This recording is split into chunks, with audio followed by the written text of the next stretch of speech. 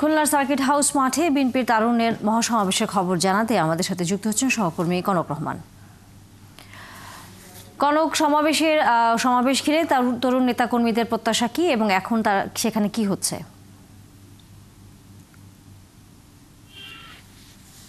শুরু হয়নি, তিনটা শুরু হওয়ার কথা থাকলেও প্রচন্ড তাপদাহ এবং এই প্রচন্ড তাপদাহর কারণে আসলে নেতা কর্মী সমর্থক বা যাদেরকে নিয়ে আসছে সেই তরুণদের একটি বিশাল অঞ্চল এখনো এসে উপস্থিত হয়নি। তবে প্রথম থেকে শুরু করেছে এবং আমরা আশা করছি যে হয়তো ঘন্টাখানিকের ভিতরে সেই কার্যক্রম ময়দানটি দেবে।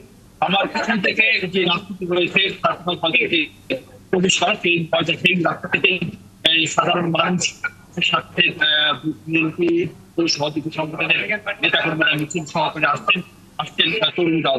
এই গরমকে উপেক্ষা করে তারা যখন আসছেন তখন এই সমাবেশের পক্ষ থেকে এই গোটা প্রাঙ্গণে পানির ব্যবস্থা করা হয়েছে, মেডিকেল ক্যাম্প ব্যবস্থা করা হয়েছে এবং একই সাথে রাখা হয়েছে। সব মিলে সার্বিক আয়োজন এখন একেবারেই পরিপূর্ণ হয়েছে। আমরা আশা করছি হয়তো কিছুদিন মধ্যে সেটি সহায়কায় পূর্ণ হয়ে যাবে এবং সমাবেশ ধন্যবাদ কনক রহমান। নিশ্চয়ই আমরা যখন সমাবেশ শুরু হবে তখন ফিরে আসবো আবার আপনার কাছে। দর্শক, খুলনা থেকে সহকর্মী কনক রহমান ছিলেন।